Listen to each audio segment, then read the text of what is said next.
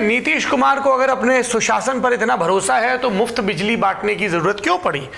मुख्यमंत्री एक्स पर लिखते हैं, अब बात तो करते नहीं हैं, एक्स पर लिखते हैं कि हम लोग शुरू से ही सस्ती दरों पर सभी को बिजली उपलब्ध करा रहे हैं। अब हमने तय कर दिया कि 1 अगस्त 2025 से यानी जुलाई माह के बिल से ही राज्य के सभी घरेलू उपभोक्ताओं को 125 यूनिट तक बिजली का कोई पैसा नहीं देना पड़ेगा।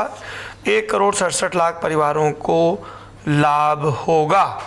ये उन्होंने अपनी बात कही है। कुटीर ज्योति योजना के तहत भी उन्होंने कहा कि सौर ऊर्जा के संयंत्र लगाए जाएंगे। ये भी कहा कि 5 साल में यानी आगे आने वाले 5 साल में 1 करोड़ नई नौकरियां और रोजगार के मौके बनाए जाएंगे। उच्च स्तरीय समिति बनाई जाएगी। कोई इनसे पूछे कि अभी तक काहे नहीं बनाए, अभी तक काहे नहीं बांटे 1 करोड़ नौकरियां, क्या कर रहे थे? क्योंकि थोड़े दिनों पहले एक रैली थी मोतिहारी में, बोले क्या 2005 से पहले जो सरकार थी वो कुछ काम नहीं करती थी। कोई नीतीश कुमार से पलट के पूछे जब कुछ काम नहीं करती थी तो 2015 में और उसके बाद फिर 2020 में काहे सरकार बना लिया इनके साथ।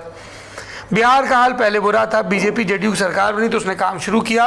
हम 20 साल से काम कर रहे हैं, मोदी जी बिहार के लिए काम कर रहे हैं, एनडीए सरकार काम कर रही है, रोजगार दे रहा है। अगले 5 साल में 1 करोड़ रोजगार देंगे। बिजली मुफ्त कर दी, पहले आरजेडी के समय बिजली नहीं थी, अब बिजली है, फ्री भी है, बिजली पैसा नहीं लगेगा, सरकार बिजली का पैसा देगी। प्रधानमंत्री बोले जो ताकत पश्चिम के पास होती थी, पूरब के देशों का दबदबा बढ़ रहा है। पश्चिम में मुंबई है, पश्चिम भारत में, वैसे पूरब में मोतिहारी का नाम हो, जैसे अवसर गुरुग्राम में वैसे गया जी में बने, पुणे की तरह पटना का विकास हो। मगर कोई पूछे पलट के प्रधानमंत्री से और मुख्यमंत्री से कि ये कब होगा, क्योंकि सत्ता में तो आप निरंतर काबिज हैं।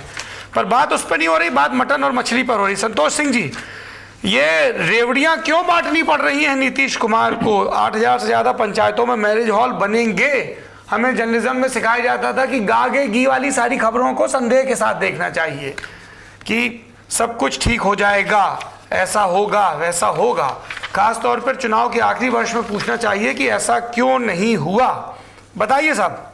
इसमें गागे घी नहीं है, मेरे हिसाब से 2 इंपॉर्टेंट डोल्स हैं। मैं 1 करोड़ नौकरी वाले में बहुत ज्यादा रीड नहीं करता हूँ, वो सिर्फ शब्दों का हेर फेर है। 2 जो इम्पोर्टेंट बातें हुई, एक तो 1 महीने के अंदर में दोनों हुई। Social security pension 1 crore 11 lakh लोगों के लिए 400 से 1100 किया, वो कैबिनेट ने अप्रूवल कर दिया, उसमें गागे ही नहीं है, वो शुरू हो गया है। ओके। सेम फॉर कल मैं सम्राट चौधरी डिप्टी चीफ मिनिस्टर के पास बैठा हुआ था, उन्होंने प्रेस कॉन्फ्रेंस किया था, तब मिलने चला गया था मैं। तो उन्होंने कहा कि नीतीश कुमार को आपत्ति है फ्री शब्द से, तो हम अनुदान शब्द का इस्तेमाल कर रहे हैं। तो मैंने कहा समझाइए अनुदान का क्या मतलब, आपका मॉडल क्या है, 125 यूनिट का मतलब क्या है? कल मैं 130 या 100 करूंगा, 150 करूंगा तो मुझे कितना लगेगा? क्योंकि नहीं 125 पूरा माइनस करके लगेगा आपको। आपका अगर 130 यूनिट है तो 5 यूनिट का आपको देना पड़ेगा। तो उन्होंने कैलकुलेट किया, सीएम के ट्वीट में 1.67 करोड़ फैमिली थी, उन्होंने कहा नहीं हम ये करके 1.8 करोड़ फैमिली है। कैन यू इमेजिन, फैमिली बोल रहे हैं, कंज्यूमर्स। एक कंज्यूमर की आप 4 से कैलकुलेट कीजिए तो ऑलमोस्ट इलेक्टोरेट 80-90% एरिया उसमें कवर हो रहा है। तो मैंने कहा कि स्टेट एक्सचेकर पर कितना खर्चा होगा, ताकि देखिए ये 1 जुलाई में जो खर्च कर रहे हैं, 1 अगस्त लिखा है, मतलब 1 जुलाई का बिल जो आएगा प्रभावी होगा 1 जुलाई से लेकर के 31 मार्च तक 3,000 समथिंग 3,500 करोड़ से ऊपर तकरीबन, और अगले वित्तीय वर्ष में 26-27 में 5,000 करोड़ से ऊपर।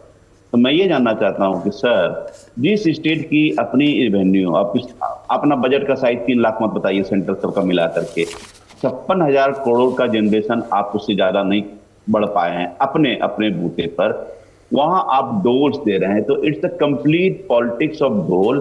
और मैं अभी कह रहा हूं, आपको बहुत ज्यादा दिन दूर नहीं है कि जो माई बहन योजना है, जिस नाम से उसको करे, उसको लक्ष्मी योजना या कोई भी नाम करे, वो महिलाओं को देने की, उस योजना पर भी बहुत संजीदा रूप से काम कर रहा है।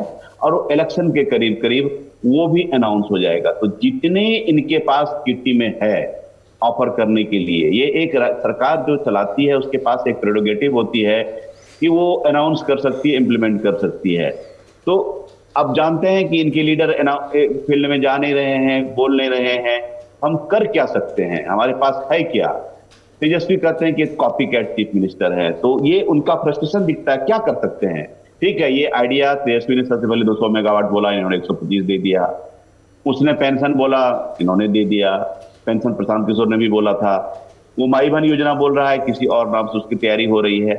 तो ये एक तरह से एक डोल्स के मोड में, मुझे नहीं, आई कैन नॉट रिमेंबर, मैंने बहुत बिहार का इलेक्शन मैंने भी 2009 से स्टार्ट, 6 वाला तो कवर नहीं किया था, 5 वाला 9 से कवर किया है। आई डू नॉट रिमेंबर कि इतने डोल्स इतने क्विक सक्सेशन में बिहार में बटे। ये कोई नया चीज़ नहीं है, पिछले हम 4-5 सालों का पूरा इतिहास देखिए। पहले तो तमिलनाडु में हुआ करते थे कि मिक्सर ग्राइंडर वगैरह भी बांट दिए जाते थे इलेक्शन कैंपेन में, लेकिन पिछले 4-5 सालों में देखें तो स्टेट दर स्टेट, पार्टी दर पार्टी, हर किसी ने कुछ न कुछ लोक लुभावन फैसले और खासकर डायरेक्ट कैश ट्रांसफ़र की बात, डायरेक्ट बेनिफिट्स की बात किया है।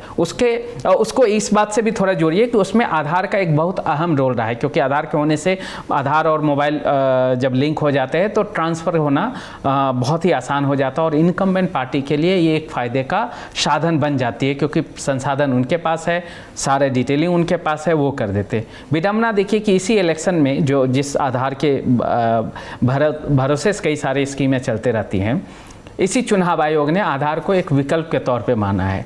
और बाकी सारी डिबेट छोड़िए, वो जहाँ जाएगी जिस तरीके से जाएगा। बड़ा इंटरेस्टिंग, आज ही मैंने एक फॉर्म डाउनलोड किया अपने किन्हीं नोन का ऐसे ही देखने के लिए, तो उसमें आधार को विकल्प के तौर पे आधार नंबर दिया हुआ है और फ़ोन नंबर दिया हुआ है। तो एक जो इलेक्शन कमीशन का पहले ही से जो मंशा थी, जो कई बार वो प्रकट भी किए रहे थे कि आधार को हम वोटर आइडेंटिटी से जोड़ेंगे, कहीं ना कहीं सिर्फ आधार भी देने लगे लोग तो एक तरीके से वो जुड़ जाएगा। अब सवाल है, बहुत सारे लोग ये भी कहेंगे कि ये तो देखिए इलेक्शन कमीशन ने बड़ा स्मार्ट काम किया कि अपना जो सिर्फ बोलते आधार जोड़ते तो कहीं कुछ कुछ होती, लेकिन उन्होंने ऐसा खेल खेला कि इसमें किसी न किसी आधार पे ही बात हो गया, आधार जोड़ के सब वो कर दिए। लेकिन मेरे अनुसार ये जो है एक तरीके से धुरताई का मामला है। अब धुरताई का मामला क्यों है? क्योंकि इलेक्शन कमीशन एक पार्टी नहीं है, एक इंस्टीट्यूशनल बॉडी है जिसका काम है कि चीज़ों को, ऑटोनोमस के साथ साथ जिसके चीज़ों को साफ सुथरी ढंग से अपने उद्देश्य बताना और उसकी पूर्ति करना। अब वो जब संस्थाएं इस तरीके से टालमटोल या अनचाही तरीके से और दूरदर्शिता के साथ काम करेंगे तो सिस्टम जो है जिससे जुड़े हुए हम लोग हैं वो कहीं ना कहीं एक तरीके से खराब रिजल्ट ही देगा और वो विश्वसनीयता को ही कम करेगी। एक चीज़ जो बीच में भटक गया था वो डोल्स को लेके, फ्री बिजली या महिला सम्मान की बात हो रही है, या और जो संतोष जी ने बताया था कि देर सवेर जो इनकम्बेंट एनडीए गवर्नमेंट है बिहार में वो भी कहीं ना कहीं महिलाओं से जुड़े हुए डायरेक्ट कैश ट्रांसफ़र की बात करेंगे। एक दो चीज़ बिहार के मायने में बहुत है। एक जो ओवरऑल है, महिलाओं का जो इलेक्टोरेट्स है जो वो करीब 48-49% के आसपास है। बिहार के केस में 48%। इतनी बड़ी कॉन्स्टिट्यूंसी है कि 5% का भी स्विंग इधर से उधर हो जाए तो पूरा का पूरा चुनावी गणित ही बदल जाएगी। दूसरी बड़ी बात यह है कि आज के डेट में जो है सरकारों के पास बहुत सारे विकल्प नहीं है। मतलब एम्प्लॉयमेंट जनरेट करने में तो सरकारें असफल रही है, ये एक स्टेट की बात नहीं, कई सारे स्टेट। तो विकल्प क्या बचता है? कहीं ना कहीं आप ऐसा काम करते हैं कि जिससे उनके खर्चे कम हो, चाहे बिजली का मामला हो, चाहे महिलाओं को पैसा देने का है, या और भी जो स्कीम्स है वो इसी रूप में अग्रसर है। अब देखना पड़ेगा कि इम्पैक्ट कितना होता है।